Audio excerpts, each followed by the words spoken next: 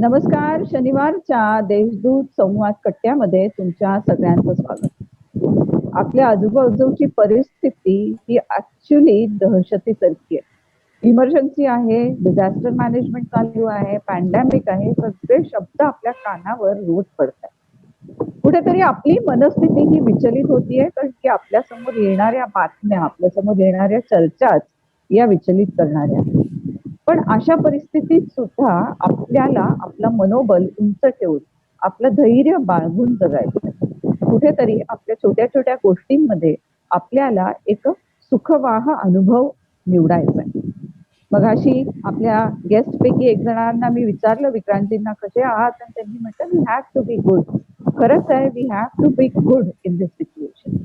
आणि हा गुड जो फॅक्टर असतो तो बऱ्याच वेळा आपल्या घरातले असे काही सदस्य असतात की जो हा गुड फॅक्टर आपला वाढवतात. माझा बोलण्याचा ओघ आहे तो अर्थातच आहे आपल्या बरोबर राहणारे आपले पेट्स किंवा पाळीव प्राण्यांकडे. एक अतिशय सुखवाह फिलिंग देणारे हे आपल्या घरातले सदस्य. आपल्या बरोबरच आपल्याला त्यांची काळजी देखील खूपच वाटते. या अशा परिस्थितीत आपल्याला घाबरलेलं बघून तेही घाबरतायत का? त्यांच्या मनात काय चाललेलं आहे? आपण त्यांची काळजी कशी घेतोय? सध्या सर्वत्र बंद असल्यावर त्यांना बाहेर फिरायलाही जर का नेता येत नसेल तर आपण काय करावं? अशा आणि यासारख्या अनेक प्रश्नांची उत्तरं आज आपण घेणार आहोत आणि त्याच्यासाठी आपल्या बरोबर आहेत दोन तज्ञ. आपल्या बरोबर आहेत डॉक्टर सचिन व्यंदे. हे पशु विकास अधिकारी आहेत. गव्हर्नमेंट जे वेटरनरी हॉस्पिटल आहे नाशिकमध्ये तेथे ते कार्यरत आहेत. त्यांचा अनुभव खूप मोठा आहे. आणि आपल्या बरोबर आहेत विक्रांत देशमुख. विक्रांतजी आपल्या बरोबर आहे Vikrant Deshmukh. Z Canine academy ते चालवतात आणि he is a dog trainer and a dog behaviourist. त्यामुळे आपल्या पाळीव प्राण्यांशी जास्त करून कुत्र्यांबरोबर असलेला त्यांचा संबंध आणि त्यांना समजून घेणं हे त्यांना जास्त माहिती आहे. आपण त्यांच्याशी या विषयावर गप्पा मारणार आहोत. डॉक्टर व्यंदे आणि विक्रांतजी, तुमच्या दोघांचंही स्वागत आहे देशदूतच्या संवाद कट्ट्यावर. जसं मी मगाशी म्हटलं की अवघड परिस्थिती आहे. आपणच खूप कंटाळलो आहेत. घरात आपल्याला अटकायला होतंय, वातावरणाची भीती वाटतेय आणि आपण असं म्हणत असतो की dogs are very perceptive, cats are very perceptive. तर खरंच यांच्यापर्यंत ही परिस्थिती विक्रांतजी पोचतीये का?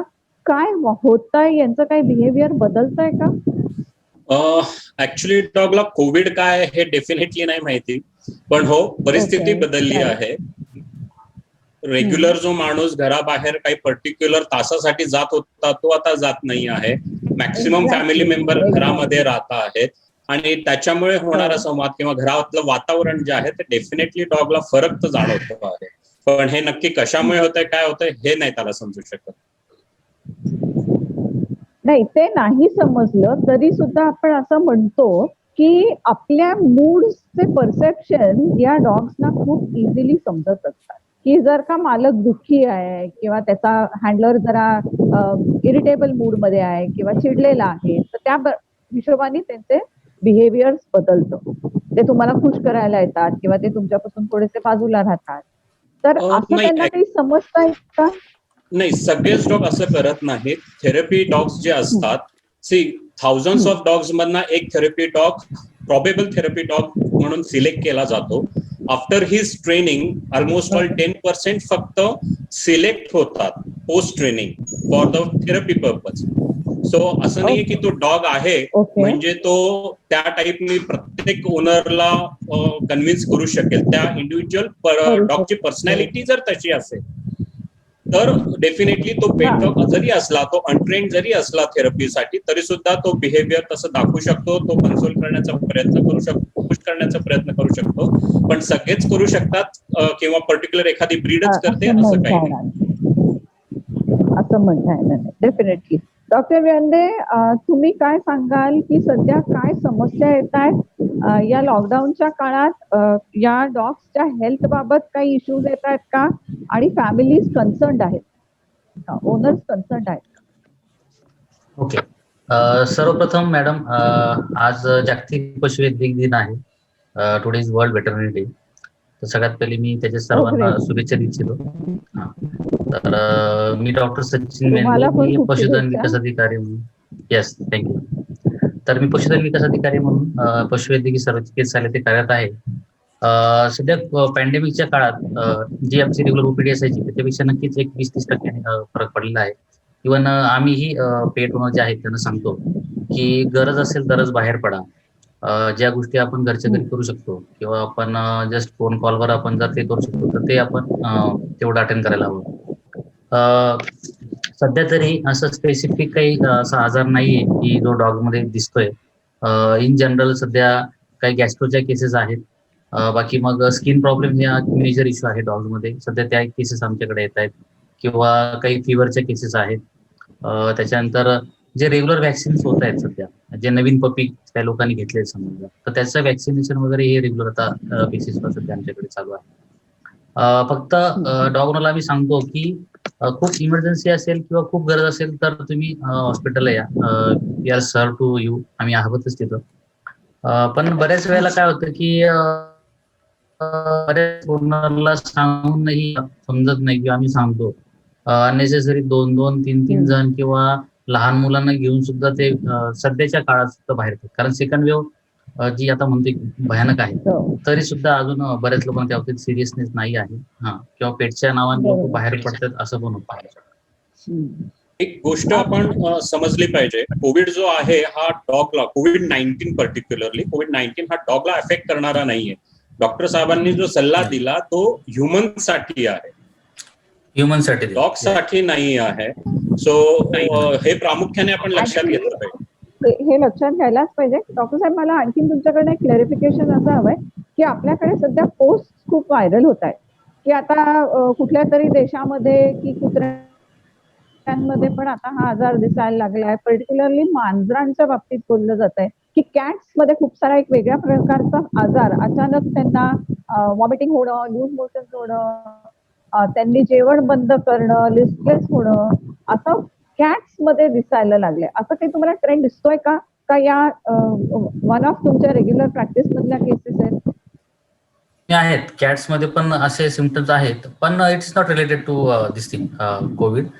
बऱ्याच आता इंडियात तरी अॅनिमल्स मध्ये कुठलं कोविड आपल्याकडे डिटेक्ट झालेलं नाही अजून, म्हणजे रेकॉर्ड नाही. आणि जेव्हा सार्स सीओ जेव्हा COVID-2 आला होता तेव्हा जेव्हा सार्स डिक्लेअर केला होता, तर तेव्हापासून कोरोनाचं व्हॅक्सिन हे ऑलरेडी डॉग्स मध्ये आम्ही करतोय रेग्युलरली. पण इंडियात तरी तशी केस रिपोर्टेड नाहीये. पण कॅट्स मध्ये पण due to some viral infection जसं गॅस्ट्रोएंटरायटिस वगैरे होतं डॉग मध्ये, कॅट मध्ये, तर त्या दृष्टीने बरेच असे सिम्पटम दिसतात की ज्याच्यात ओमिशन होतो, डायरिया होतं. त्याच्यानंतर ऑलरेडी तुमचं ओमिशन झालं, लूज मोशन झालं की तर डिहायड्रेशन होणार, परत ते खाणं पिणं बंद करणार. तर या आणि बरेच असे लक्षण असलेल्या कॅट्स पण सध्या आहेत आमच्याकडे, पण खूप जास्त प्रमाणात नाहीये, क्वचित आहे.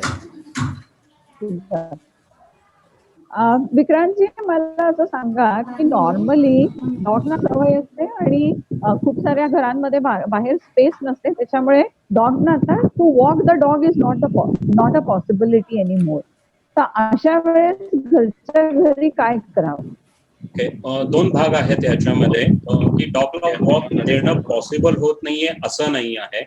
सो पर्टिक्युलरली कोविडचे ह्युमनसाठीचे जे नॉर्म्स आहेत, सो सोशल डिस्टन्सिंग म्हणा, मास्क घालणं म्हणा, सॅनिटायझेशन प्रॉपर करणं, हे जर केलं तर डेफिनेटली डॉगला वॉक आपल्याला देता येतो. त्याच्यामध्ये एकच ऍडिशन आहे की डॉग्सच्या ज्या ऍक्सेसरीज आहेत, लीश, कॉलर, ह्या फ्रिक्वेंटली साबणाने धुतल्या गेल्या पाहिजेत. आणि डॉग सुद्धा रेग्युलरली स्पॉन्ज बाथ त्याला दिला गेला पाहिजे. जर तुम्ही त्याला रेग्युलरली बाहेर घेऊन जात असाल तर त्याचे पॉज, त्याचे कोट जो आहे तो डेटॉल म्हणा, सॅव्हलॉन म्हणा, किंवा डॉगचे स्पेसिफिक काही क्लिन्झर येतात, तर ते वापरून आपण डॉगला स्पॉन्ज बाथ देऊ शकतो. हा मोठा गैरसमज आहे की डॉगला वॉक देता येत नाही. मे बी काही भीती असेल म्हणून असेल, किंवा एक प्रिकॉशनरी ऍक्शन म्हणून मेडिकल फॅसिलिटी मधनं हे सांगितलं जात असेल, पण त्याचा डॉगला अफेक्ट होणार नाहीये. जर तुम्ही जसे भाजी घ्यायला बाहेर पडताय आहात तसंच डॉगला वॉक देऊ शकता. मला वाटतं सकाळी 8 वाजेपर्यंत आपल्याला अलाउड आहे आणि संध्याकाळी 8 वाजेपर्यंत 6 ते 8 या दरम्यान आपल्याला डॉग वॉकला अलाउड आहे. दुसरी गोष्ट, जर आपल्याला बाहेर जाणं पॉसिबल होत नसेल काहीही कारणामुळे, तर आपण डॉगला फिजिकल मेंटल स्टिम्युलेशन जेव्हा पॉसिबल होत नाही तेव्हा मेंटल स्टिम्युलेशनवर जास्त जोर दिला पाहिजे. सो मेंटल स्टिम्युलेशन करताना आपण डॉगला जे नॉर्मल फीड करतो की बाबा बाउलमध्ये दिले आणि त्याला वाढलंय, आपण तसं न करता त्याला ते अन्न शोधायला लावणं. सो डिटेक्शनचे काही गेम्स आहेत ते त्याला शिकवणं, स्टेप बाय स्टेप शिकवावे लागतात. अचानक करायला गेला तर बट ऑब्वियस त्याला माहिती नाहीये, आजपर्यंत त्यांनी कधी अन्न शोधलं नाहीये, पुढ्यात वाढलं ते त्यांनी खाल्लंय. तर स्टेप बाय स्टेप इंटरनेटवर अवेलेबल आहे, माझ्या युट्यूब चॅनलवर याच्याबद्दल डिटेल माहिती आहे. सो तुम्ही ते वेगवेगळे आहेत, फूड डिस्पेन्सर टॉईज येतात. सो ते टॉईज आपण घरी पण बनवू शकतो. कोल्ड्रिंक्सच्या ज्या मोठ्या बॉटल्स असतात त्याच्याबरोबर आपण फूड डिस्पेन्सर टॉईज बनवू शकतो, कारण का आता ऑनलाईन तर तुम्ही घेऊ शकत नाही. I don't know whether pet shops are allowed to sell toys or not. Food तर सेल करायला त्यांना परमिशन आहे, आय डोंट नो टॉईजला आहे की नाही. या पद्धतीने तुम्ही मेंटल स्टिम्युलेशन द्या त्यांना. घरातले नियम जे आहेत तो फॉर एक्झाम्पल की बाबा किचन मध्ये एंट्री नाही करायची, किंवा फर्निचरवर चढायचं नाही, किंवा पपीज असतील तर निपिंगचे जे प्रॉब्लेम्स आहेत, किंवा सॉक्स घेणं, शूज चू करणं वगैरे, हे जे डिस्ट्रक्टिव्ह कामं आहेत त्याच्यावर तुम्ही फोकस करा. ओबिडियन्स ट्रेनिंग तुम्ही डॉगला शिकवू शकता. सीट डाऊन, ह्या ज्या क्रिया आहेत ना ह्या नॅचरली डॉग करतो, पण कोणाच्या तरी सांगण्यावर ना क्रिया करणं, दॅट्स अ जॉब, राईट. मला जेव्हा टीव्ही बघायचा, मी उठतो, बटन लावतो, रिमोट घेतो, टीव्ही लावतो. आता ते माझ्यासाठी काम नाही, कारण का मला ते करायचं होतं. पण मला टीव्ही बघायचा नाहीये, पण घरातल्या दुसऱ्या मेंबरनी सांगितलं की जरा टीव्ही लावून रिमोट दे, तर मग मला ते काम वाटतं, राईट. तर त्या पद्धतीने ओबिडियन्सची प्रॅक्टिस आपण घेऊ शकतो. मेन गोष्ट ह्याच्यामध्ये आपण लक्षात घेतली पाहिजे की डॉगचा कुठेही आपण आपले इमोशन सॅटिस्फाय करायला वापर केला गेला नाही पाहिजे. मागच्या लॉकडाऊन मध्ये जो मेजर प्रॉब्लेम मला फेस करावा लागला होता, माझ्याकडे ज्या कंप्लेंट्स आल्या होत्या की लोक घरात राहिली आहेत, करायला काही नाही म्हणून 24 तास ते डॉगला, त्यांच्या पेटला फुल अटेन्शन देतात, राईट. ते फुल अटेन्शन तुम्ही 1 महिने 2 महिने किंवा जे काही कालावधी घालवत आहात, आपण हे विसरून चालणार नाही की हे पॅन्डेमिक आज ना उद्या संपणार आहे आणि नंतर परत तुम्ही तुमच्या रुटीन लाईफला येणार आहात. आणि जेव्हा तुम्ही तुमच्या रुटीन लाईफला येतात तेव्हा डॉग हा बदल ऍक्सेप्ट करू शकत नाही आणि त्याच्यामध्ये सेपरेशन अँझायटी येते, कारण का 24/7 अटेन्शन मिळालेलं होतं आणि अचानक तुम्ही परत तुमची लाईफस्टाईल बदलली. We should not forget, human is only species in the world. स्वतःची लाईफस्टाईल बदलू शकते, पण जगामध्ये दुसऱ्या कुठल्याही अशा स्पीशी नाहीये ज्या एवढ्या रॅपिडली त्यांचं जीवनमान बदलू शकतं. या मेजर गोष्टींकडे आपण लक्ष दिलं पाहिजे. डॉग हे आपले इमोशन सॅटिस्फाय करण्याचं साधन नाही आहे, राईट. सायकोलॉजिकल म्हणा किंवा थेरपी डॉग्स जे आहेत ती वेगळी कन्सेप्ट आहे. सगळे डॉग असं घेत नाहीत. खूप क्लायंट्स मला असे मिळाले ज्यांना काहीतरी बिकॉज ऑफ लास्ट लॉकडाऊन त्यांना काहीतरी सायकोलॉजिकल डिसऑर्डर क्रिएट झाली, काहीतरी इमोशनल थोडेसे त्यांना प्रॉब्लेम्स आले.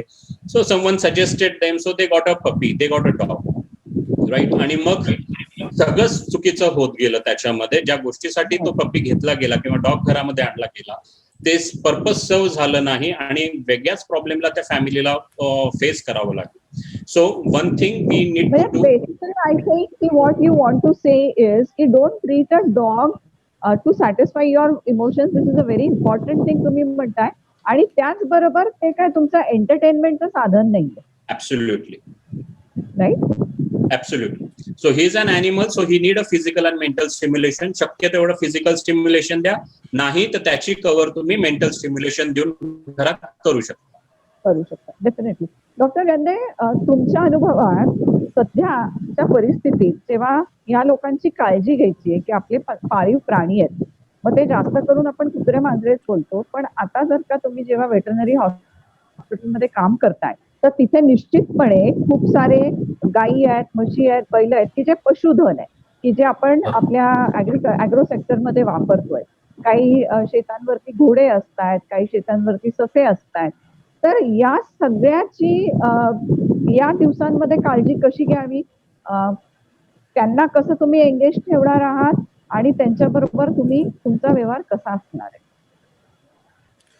चालेल. जसं आता विक्रांत सरांनी जे सांगितलं ना की बऱ्याच लोकांनी पप्पी खूप जास्त प्रमाणात घेतले या लॉकडाऊन नंतर, म्हणजे त्यांचं एन्झायटी कमी करण्यासाठी म्हणा किंवा या गोष्टीसाठी. तर ते त्याच्यात पण खूप हे झालं. बऱ्याच लोकांनी अननेसेसरी पप्पी घेतले, त्यांना कसं पाळायचं काय ते माहित नव्हतं. पण ते आता ठीक आहे, ते झालं. नंतर मग हळूहळू ते बाय थोडंसं अनुभवाने म्हणा कोणाला विचारून त्यांनी ते गोष्टी मॅनेज केल्या. आता आमच्याकडे कसं आहे, डॉग्स आणि कॅट्स याच्या व्यतिरिक्त इतरही बरेच प्राणी येतात.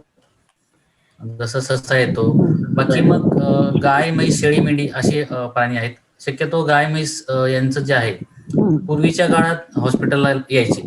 आता बरेच वेळेला लोकल त्यांच्या स्तरावर काही पॅरावेट्स आहेत किंवा आमचे काही डॉक्टर आहेत लोकल लेवलला, तर ते त्यांना तिथं मॅनेज करतात. शेळीसारखं प्राणी तिथं आणतात, तर ते आम्ही ट्रीटमेंट करतो. तर डॉग कॅट मध्ये मॅक्सिमम वेळेला जे सांगतो आम्ही, आता जसं विक्रांतजींनी सांगितलं की पॉटीला बाहेर नेणं आणि त्याला जर त्या वेळेत नेलं नाही तर त्याच्या सायकोलॉजीवर त्याचा सुद्धा खूप परिणाम होतो. पण बऱ्याच आता जे अपार्टमेंट आहेत किंवा बऱ्याच ठिकाणी त्यांचं म्हणजे काही पेशंट त्यांच्या अपार्टमेंटमध्ये सापडलेले आहेत, त्यांनी ते अपार्टमेंट सील केलं आहे. अशा वेळेला तुम्ही तिथनं पण बाहेर जाऊ शकत नाही. तर अशा वेळेला सुद्धा जसं तुमचं पॉटीचं एक पॉट आहे किंवा तुमचं न्यूजपेपर आहे, याचं सुद्धा तुमचं एक सर्टन त्याला एक जागा देऊन त्याला पॉटीची सवय पण घरात पण त्याला लावली पाहिजे. कारण बऱ्याच वेळेला आता तर शक्य आहे की थोडंफार आपण बाहेर नेऊन त्या गोष्टी करू शकतो. त्याच्यानंतर समजा बाहेर नेलं तुम्ही, बाहेरनं घरात आणल्यावर सुद्धा त्याचे पॉज वगैरे ते धुवून काढणे किंवा सॅनिटायझेशन करून घेणे व्यवस्थित, त्याच्यासोबत आपलं पण सॅनिटायझेशन करून घेणे. त्याच्यानंतर बाहेर पडल्यावर जसं इतर पेट ओनर आहेत त्यांच्याशी आपण तिथं सुद्धा एक सोशल डिस्टन्सिंग मेंटेन केलं पाहिजे, जेणेकरून आपण पेट्सची काळजी घेता घेता आपण स्वतःची पण काळजी घेतली पाहिजे. त्याच्यानंतर जे आता आपण घरात फूड वगैरे देतो, डॉग फूड मॅक्सिमम वेळेला आता बऱ्याच वेळेला लॉकडाऊन लागते म्हणून आपण अननेसेसरी फूड पण बरेच लोक जास्त घेऊन ठेवतात. तर आय वुड सजेस्ट की त्याचं सुद्धा कमी पडू नये म्हणून तुम्हाला हवं तेवढंच तुम्ही फूड घ्या. कारण आता फूड हे पेट फूड इमर्जन्सीमध्ये आहे, ते एनी टाइम अवेलेबल आहे त्यांच्या टायमिंगमध्ये. तर त्याच्यानंतर बऱ्याच वेळेला समजा फूड संपून जातं, कोणाला अन्न होत नाही किंवा घरात कोणी कोविडचे पेशंट असेल, तर तशा काळात आपण घरातलं जेवण आहे ते सुद्धा आपण त्यांना एक सबस्टिट्यूट म्हणून थोड्या प्रमाणात एक चेंज करू शकतो. अचानक तर चेंज करणं चुकीचंच आहे, ते पण थोडं थोडं करू शकतो आपण, जसं आता बाहेर सिच्युएशन आहे. त्याच्यानंतर काही मेडिकल इमर्जन्सी येतात, जसं कधी कधी ताप येतो, कधी कधी डॉग नर्वस असतो, तर माझ्या मते एक बेसिक जे फर्स्ट एड मेडिसिन आहे तर ते सुद्धा घरात असायला हवं. जसं तुमचं बेटेडिन आहे, बँडेज आहे, कधी कधी जखम होते चालताना, किंवा हे आपण जे घरी ऍटलिस्ट एक फर्स्ट एड करू शकतो. समजा ताप आला आहे किंवा स्निझिंग होत आहे, तर हे बेसिक थोडे मेडिसिन आपण एक घरात आणून ठेवू शकतो, जेणेकरून जर काही कंप्लेंट आली तर त्याच्याप्रमाणे आपण ते करू शकतो. त्याच्यानंतर पर्सनल हायजीन, परत डॉगची हायजीन, तर ते सुद्धा आपण त्याच्यात मेंटेन करू शकतो. त्याच्यानंतर संतुलित आहार त्यांचा जो आहे रेग्युलर, तो सुद्धा मेंटेन केला पाहिजे. म्हणजे तुम्ही म्हणताय की डॉगची काळजी घेताना त्याचा आहार, त्याचं हायजीन, त्याचा क्लीनलीनेस, आणि त्याचबरोबर त्यांना आपण जेव्हा वागवतोय तेव्हा आपलं डिस्टन्सिंग, आपली काळजी, हे सगळं घेणं गरजेचं आहे. डेफिनेटली ही काळजी आपण घेऊच. ही सगळी जेव्हा आपण चर्चा करतोय की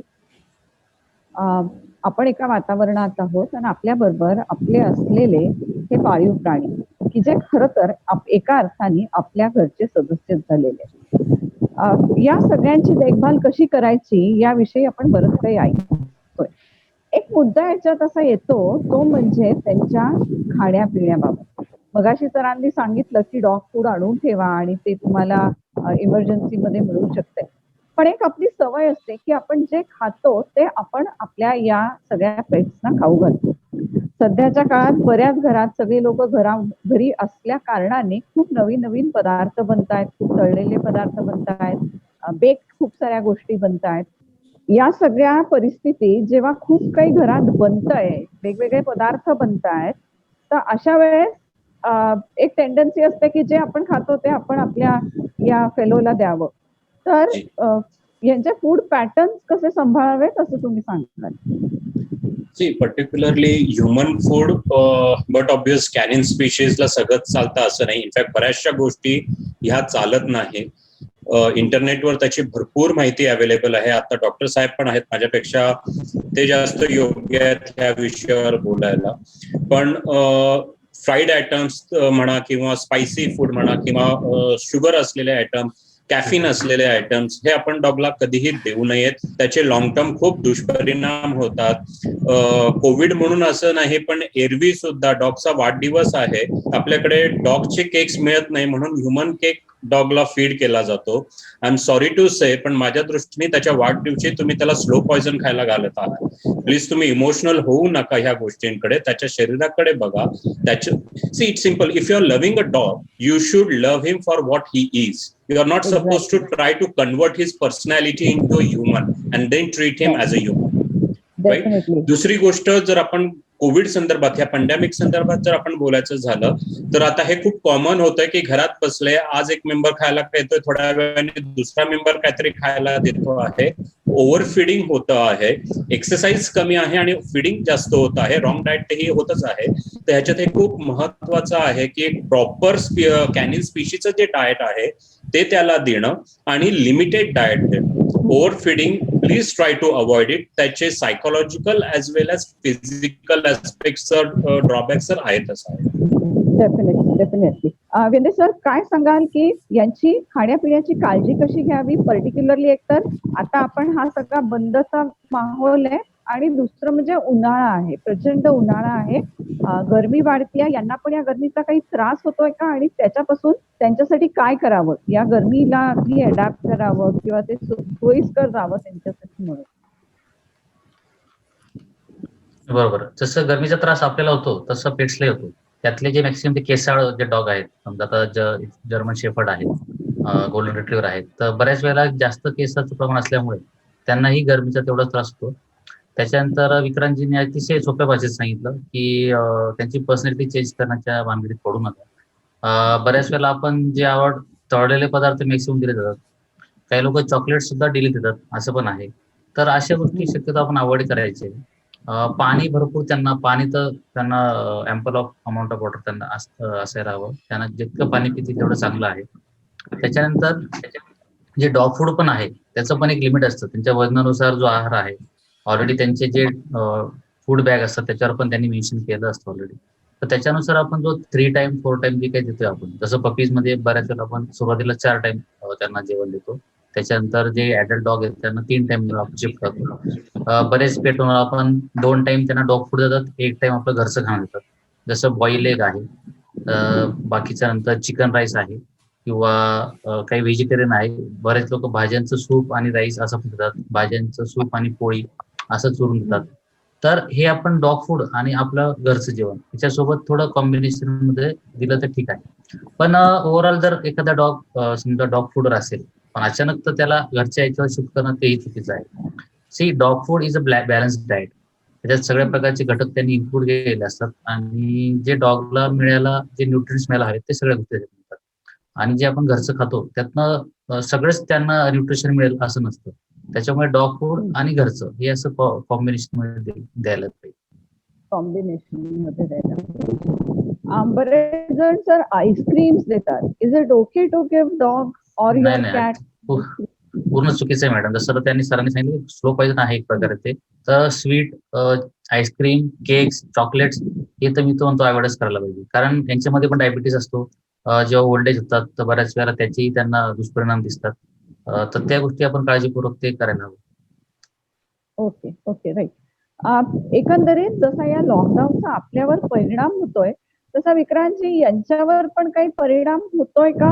in the sense they may not understand Covid definitely, पण काहीतरी बाहेर चाललंय किंवा घरात काहीतरी वेगळं वातावरण आहे असं समजू शकतात का हे pet, whether it is a cat or? हो, घरातलं वातावरणात जर बदल झालेला असेल तर डेफिनेटली ते समजतात.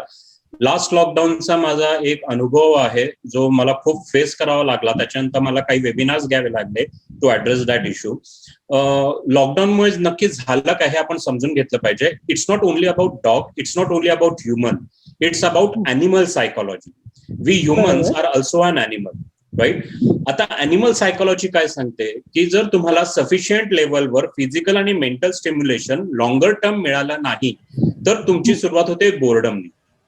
तुम्ही बोर व्हायला लागता. सेम सिच्युएशन तुमच्या आयुष्यात कंटिन्यू राहिली तर ते बोर्डम फ्रस्ट्रेशन मध्ये बदलतं. आणि लास्ट लॉकडाऊन मध्ये हाच अनुभव आपल्याला आला आणि आउट ऑफ दॅट फ्रस्ट्रेशन आपल्याकडे म्हणजे overall world, not only in India, overall world domestic violence हा खूप वाढला. डोमेस्टिक व्हायलन्स वाढला याचाच अर्थ घरातलं वातावरण जे आहे ते बिघडलेलं आहे आणि त्याचा दुष्परिणाम हा डेफिनेटली डॉगच्या सायकोलॉजीवर होतो. कारण का डॉग हा पॅक ॲनिमल आहे. त्यांच्यामध्ये ना खूप सोपं आहे. जर तुझं आणि माझं जमत नाहीये ना, तू माझ्या कुटुंबापासून वेगळा राहा, तू तुझा वेगळा संसार कर, हा त्यांचा सिंपल रूल.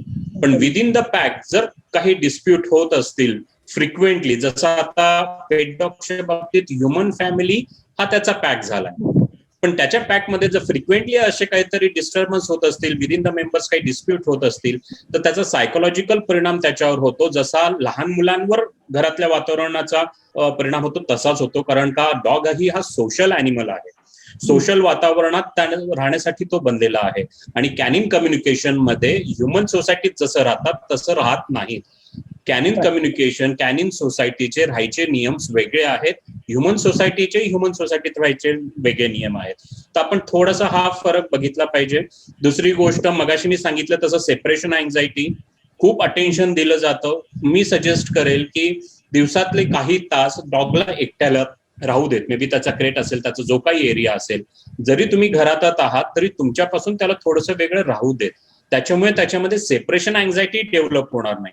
इट्स लाईक तुम्ही त्याला ट्रेन करत आहात की लॉकडाऊन संपल्यानंतर बाबा मी परत माझ्या ऑफिसला जाणार आहे, मी परत माझ्या कामाला लागणार आहे, याचं ट्रेनिंग तुम्ही देताय. जर तसं झालं नाही तर लॉकडाऊन संपल्यानंतर डॉग वोंट अंडरस्टँड की इतके दिवस मला जे अटेन्शन मिळत होतं ते आता का नाही दिलं जात आहे, आणि मग त्याच्यामुळे त्याला सेपरेशन अँझायटी येते. आणि सेपरेशन अँझायटी मधनं खूप डिस्ट्रक्टिव्ह बिहेवियरकडे जातो, एक्सेसिव्ह बार्किंगकडे डॉग जातो. सो असे बरेच दुसरे दुष्परिणामही भोगावे लागतात. याच्यात अजून एक मला ऍडिशन करावं वाटतंय की जसं तुम्ही म्हटलं की डोमेस्टिक व्हायलन्समुळे पण ते डिस्टर्ब होत आहे. बऱ्याच फॅमिलीमध्ये काय होतं की पूर्ण फॅमिली ही कोविड पॉझिटिव्ह आहे आणि त्यांच्यात तो घरात पेट आहे, तर बऱ्याच वेळेला ते मित्राकडे किंवा दुसऱ्याकडे ते दिलं जातं.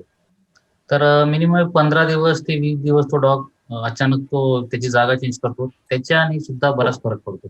आता आमचा एक माझा क्लायंट होता, त्याच्यावर तो पॉझिटिव्ह होता, त्याच्यानंतर त्याच्या मित्राकडे दिलं, तो जेव्हा परत आला तर त्याचं पूर्ण बिहेवियर चेंज झालं होतं. त्यांचा फोन आला की तू काही खात नाहीये, तो असा पडून राहतो, झोपून राहतो. तर हा सुद्धा एक त्याच्यात एक आहे. म्हणून जेव्हा आपण त्याच्याकडे देतोय त्याला सुद्धा मंत्र वाटतं आपण सजेस्ट केलं पाहिजे की आम्ही कुठल्या प्रकारे त्याला त्याचा याच्याशी बिहेवियर करतो, तर ते सुद्धा त्याला जर सांगितलं गेलं तर ऍटलिस्ट तो थोडं का असेना पण त्या टाईपचं तो ऍडजस्ट करू शकतो. परत आल्यावर मग तो त्याला ते ऍक्सेप्ट करायला सोपं होईल. सर, कॅट्सचे पण काही इश्यूज असतात अशा पद्धतीचे? कॅटचं एक मॅडम, कॅटच्या बाबतीत असं आहे, कॅट एक स्वतःची टेरिटरी आहे. कॅट आणि डॉग मध्ये खूप डिफरन्स आहे. जसं कॅट डॉग्स आपण आपल्याला पाहिजे तसं त्या याच्यात आपण ते मोल्ड करू शकतो, तसं कॅटला नाही करू शकत आपण. कॅटची टेरिटरी असल्यामुळे ते त्यांना स्वच्छंद राहायला आवडतं. त्याच्या आपण असं खूप डॉग सारखं ट्रेनिंग देऊन त्यांना आपण असं याच्यात नाही करू शकत आपण. पण ते आपले माणसाळलेले असतात, आपल्याप्रमाणे आपण जसं वागतो, बोलतो, ज्या गोष्टी करतो त्याच्याप्रमाणे त्यांना आपण ती थोडी सवय लावू शकतो. पण डॉग आणि कॅटमध्ये खूप मोठा डिफरन्स आहे. So don't treat a cat like a dog. Cat like a dog. तर जाता जाता फक्त एक छोटा दुसरा प्रश्न की काही घरांमध्ये पक्षी सुद्धा आहेत. आता बरेचसे पक्षी हे शेड्यूल्ड असल्यामुळे आपल्याला ते पाळता येत नाही, पण काही असे पक्षी आहेत की जे आपण पाळू शकतो. तर या पक्ष्यांबाबत काय करावं आणि त्यांची काळजी कशी घ्यावी? पक्ष्यांच्या बाबतीत पण बऱ्याच गोष्टी येतात. बऱ्याच वेळेला ते ओनरचं म्हणजे कंप्लेन असते की खात नाहीये, किंवा जो रुटीन जसं खेळायचा, जसं त्यांचा आवाज काढायचा तसं काढत नाहीये. तर उन्हाळ्याच्या दिवसात त्यांना बऱ्यापैकी थोडं हिट स्ट्रोकचा प्रॉब्लेम होतो. तर त्या दरम्यान काही मल्टीव्हिटॅमिन त्याच्यात आहेत की जेणेकरून आपण त्यांचा जो हिट स्ट्रोक आहे त्याच्यातनं आपण वाचू शकतो. त्यांची जागा जशी शक्यतो जेवढी आपल्याला गार वातावरण देता येईल तेवढं आपल्याला देणं आवश्यक आहे. त्याच्यानंतर त्यांचं फूड आहे, पाणी आहे, तर ते फक्त आपलं वेळेच्या वेळ चेंज केलं पाहिजे. त्याच्यानंतर जो केज आहे तो पण त्यांचा स्वच्छ धुतला गेला पाहिजे आतमधून. त्या गोष्टी आहेत. फक्त हिट स्ट्रोक पासून थोडंसं जपावं लागतं प्राण्यांना. जसे लव्ह बर्ड्स वगैरे आहेत ते खूपच नाजूक आहेत, तर त्याच्याप्रमाणे ते डेफिनेटली. जसं तुम्ही बघताय आणि खूप मोठा एक महत्वाचा मेसेज आज आपल्याला या कट्ट्यावरनं आपल्याला दिसतोय, आणि विक्रांतजी हे वारंवार सांगतायत की dogs belong to the canine community, cats are animals, आणि या डॉग्स आणि कॅट्सला जरी तुम्ही त्यांना तुमच्या घरातले सदस्य मानत असलात तरी सुद्धा don't try to humanize them, don't make them humans and don't change their personality. Doctor साहेब पण हेच सांगतायत की त्यांची पद्धत, त्यांचं राहणीमान तुम्ही टोटली तुमच्यासारखं करायला जाऊ नका, आणि ते केलं तर डेफिनेटली कुठेतरी तुम्ही त्यांच्यासाठी एक प्रॉब्लेम क्रिएट करताय. आत्ताच्या या लॉकडाऊनच्या काळात काळजी कशी घ्या हे आपल्याला दोघांनी सांगितलंय. त्यांची सायकोलॉजिकली काळजी कशी घ्या, थोडा वेळ त्यांना एकटं सोडा. कधी कधी आपल्यालाही बरं वाटतं नाही का, मी एकटा जरा झोपतो किंवा मी एकटा जरा बसतो, तर तशी गरज त्यांची पण असू शकते हे लक्षात घ्या. आणि ज्या वस्तू नाही खायला द्यायच्या तर उगाच वाईट वाटून घेऊ नका, मी खातोय पण माझ्या कुत्र्याला नाही खाता येते असं हे मी म्हणेल इमोशनली वाईट वाटणं थांबवा. आणि माझ्या या कुत्र्या किंवा मांजराला काय महत्वाचं आहे, त्याच्यासाठी काय गरजेचं आहे ते बघा. उन्हाळा आहे त्याच्यामुळे त्यांचं वारंवार साफसफाई करणं, त्यांना स्वच्छ ठेवणं, त्यांचं हायजीन मेंटेन करणं, त्यांच्याबरोबर आपलंही हायजीन मेंटेन ठेवणं, हे सगळं निश्चित पाळा. जसा हा काळ आपण म्हणतोय आपल्यासाठी डिस्ट्रुक्शन पास, तसंच आपल्या या पेट्ससाठी सुद्धा हा काळ डिस्ट्रुक्शन पास. आणि याच्यातनं आपण निश्चितच चांगलं बाहेर येणार आहोत आणि आपलं नॉर्मल लाईफ हे निश्चित सुरू होणार आहे. त्याकडे आपण सगळेजण आपापल्या परीने आपला वाटा उचलूयात, मार्गक्रमण करूयात. जी काही पावलं आपल्याला उचलायची आहेत, आपल्या सदस्यांसाठी उचलायची आहेत, आपल्या पेट्ससाठी उचलायची आहेत, ती निश्चित उचलूयात. काळजी घेऊयात. तुमची काळजी घ्या, तुमच्या पेट्सची काळजी घ्या आणि सुरक्षित राहा. तुम्ही दोघं जण या कट्ट्यामध्ये सहभागी झाला त्याबद्दल धन्यवाद. थँक्यू.